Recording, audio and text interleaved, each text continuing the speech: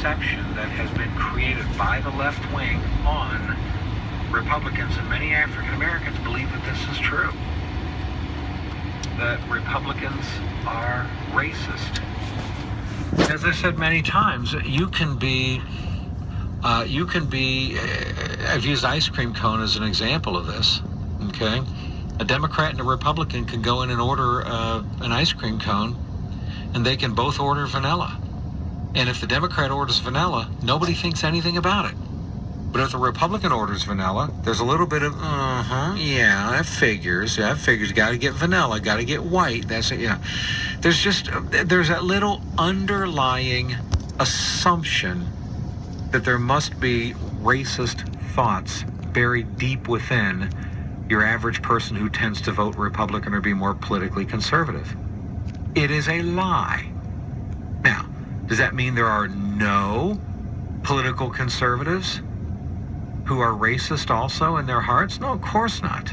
There's racist jerks and idiots everywhere, on the right and on the left, conservatives and liberals. Trust me, there's racist Democrats and there's racist Republicans. But what I'm saying to you is, it is a lie and it is a false perception that racism or animosity toward blacks or apathy toward the poor or things like that is an underlying ingredient of people that are politically conservative. That is a flat-out lie. It's been perpetrated by the left. The media's played along with it.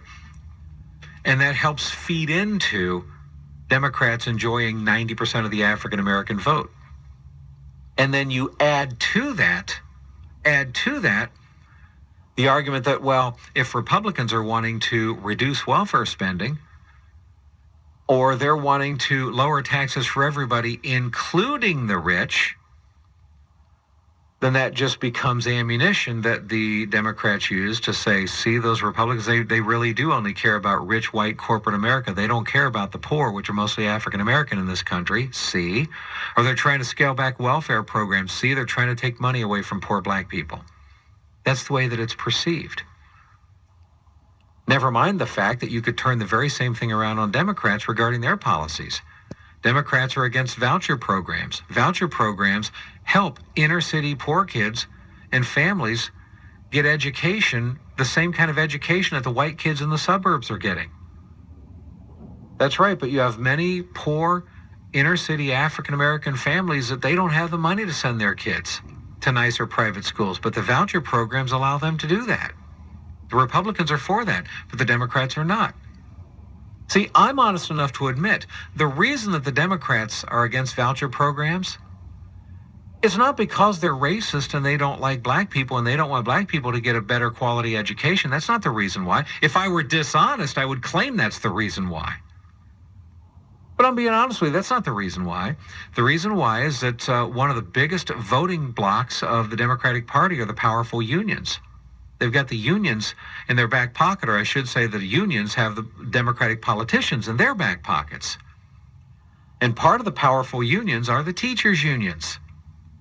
And the teachers' unions don't like voucher programs because they don't want anything that's going to funnel less money into the public schools and instead into private families to send their kids to private school.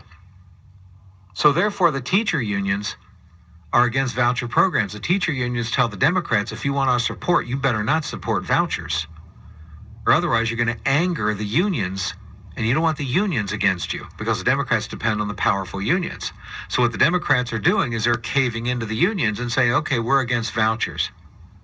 But I guarantee you, folks, inside their hearts, many of them are probably genuinely for voucher programs, but they can't publicly say that. See, I'm just being intellectually honest with you. If I played the dishonesty game, I'd be like, those Democrats just want to keep poor black kids that are in failing schools. They want to keep them in those failing schools. They don't want them to get a better quality education. I'm not making those claims. But you see, Democrats do make those claims about Republicans. And I've got liberals in this audience that make those accusations at me. Oh, you're just against increasing government spending and welfare programs because you hate black people. You're a racist. You're just critical of President Obama because you don't like having a black president. And I'm like, oh, seriously? Here we go. So that's kind of the dishonesty game that's played in this, all right?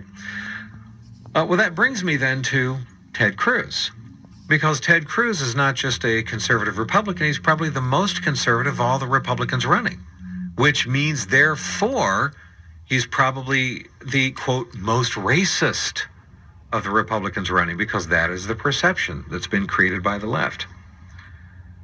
So, Ted Cruz, I just thought I would share with you what he has to say about Dr. Martin Luther King.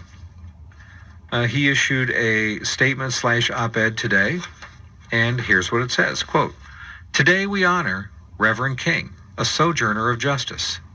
There are moments in our national history that have called Americans to bend the arc of history toward justice. Each moment has required exceptional leadership. Today, we commemorate one such leader who illuminated our nation by his courage and dedication to the truth.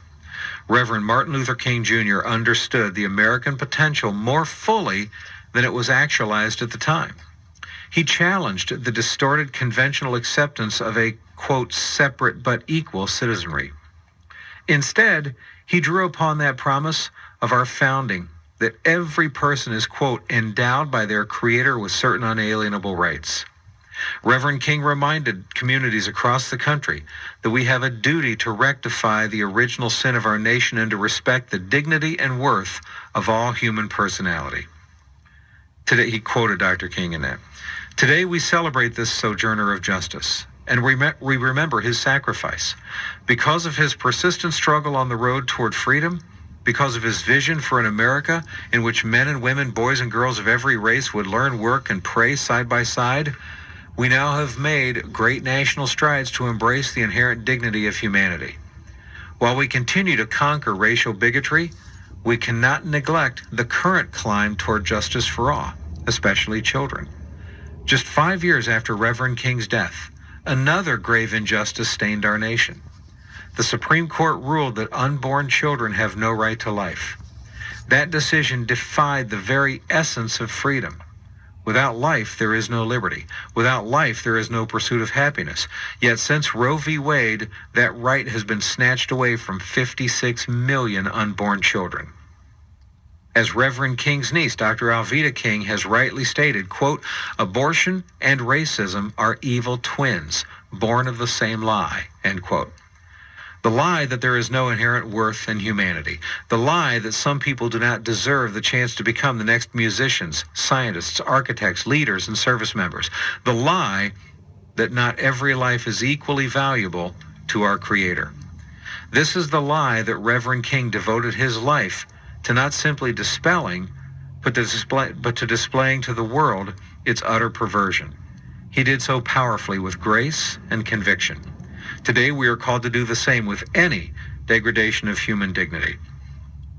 This week, as thousands gather from across the country to march for life, passing those same steps upon which Martin Luther King Jr. stood, let us remember his call when he said, quote, now is the time to make justice a reality to all of God's children. May we honor this noble wish by cherishing each life, born and unborn, and by working tirelessly to defend those who cannot defend themselves, so that we march onward and upward, grounded in prayer and inspired by truth to recognize the gift of life. That's a great op-ed that Ted Cruz wrote, and you do have to wonder, what would Martin Luther King be saying today about abortion? Does anybody out there really think Reverend King would be pro-choice? I don't. We can't know for sure. I know we can't know for sure. But everything in me tells me that Martin Luther King, as a reverend and as a Christian, would recognize the sin and horror of abortion and be opposed to that. And then as an African American fighting for civil rights, would have a problem with Planned Parenthood being founded by a racist who admitted she was trying to exterminate the, her words, Negro population, referred to black people as human waste and human weeds, and to this day, Planned Parenthood has 70% of their abortion clinics in black neighborhoods. And black babies are aborted 3-to-1 over white babies in proportion to their populations. It's a genocide that takes place in the wombs of black America. And so I can't know this for sure, but if I were a betting man, I would bet money that if we could go back in a time machine and talk to Dr. King, that he would absolutely be opposed to abortion, and that he would be shocked that the overwhelming majority of African Americans today vote for politicians who aggressively support and promote Planned Parenthood and the abortion industry. That's just my opinion. You don't have to agree with me. You're listening to The Bob Dutko Show.